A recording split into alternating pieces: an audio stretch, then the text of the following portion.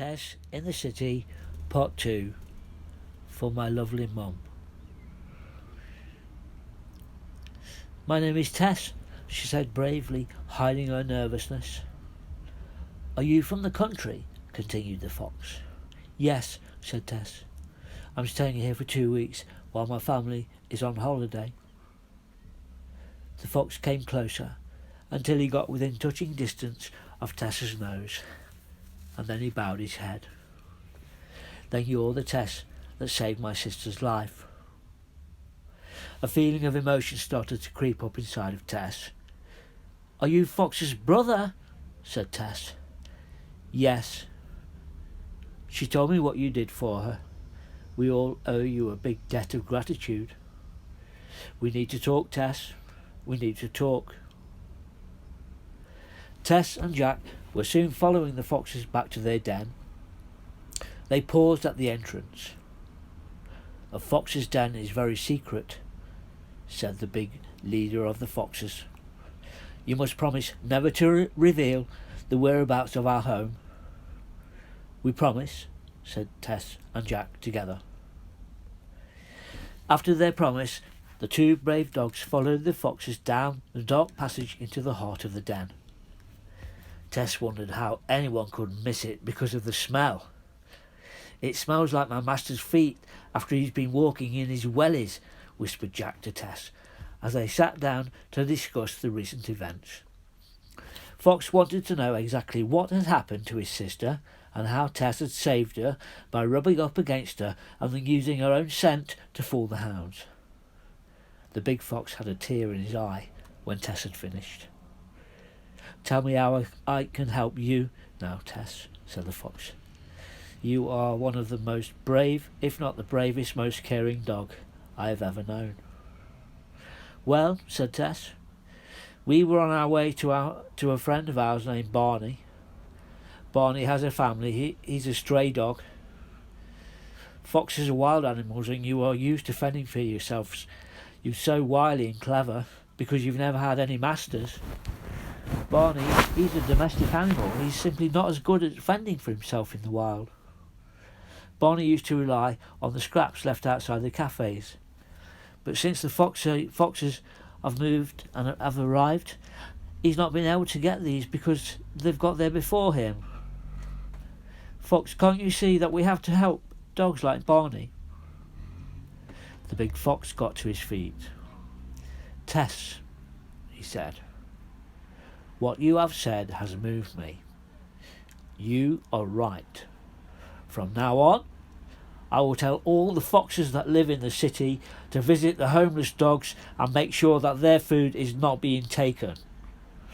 If you can give as you did to help my sister, then we can give to those who need our help. Tess stood as well and moved towards the big fox.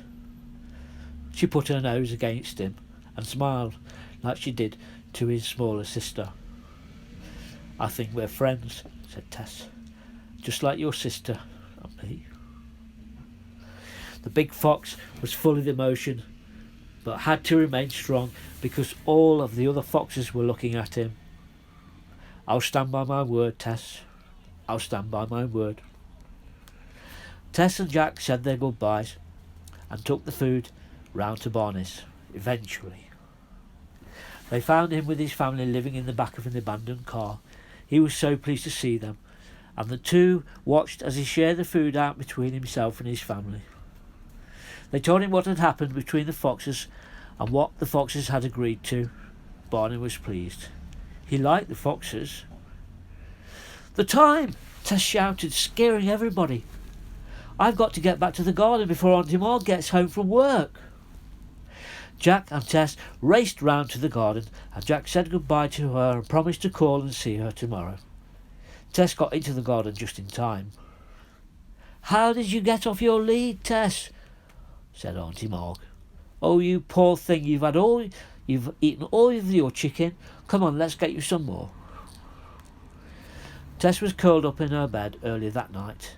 The events of the day had certainly taken their toll. Auntie Maud made sure that she could not get out of the garden for the rest of the holiday. but Jack made sure that he visited her every day, which made the time go quickly for both of them. At the end of the holiday, the garden was full of animals saying goodbye to Tess. "Say hello to my sister when you get back to the countryside," said the big fox. "I will," said Tess. "And you won't forget what you said, will you?" "I won't, Tess, don't worry." Barney and his family had showed up to say goodbye, and some other dogs that lived as strays. They were all sad to be saying goodbye. Jack was the last to go. "It's been good to see you, Tess. Maybe one of these days we'll come your way on the boat. The canal's near you." "I'll look forward to it, Jack. I'll look forward to it. Thanks for being my friend." Jack moved forward and gave Tess a big, wet lick. "Goodbye, Tess. Goodbye." It was difficult to part. Jack just had to go and make the goodbye short.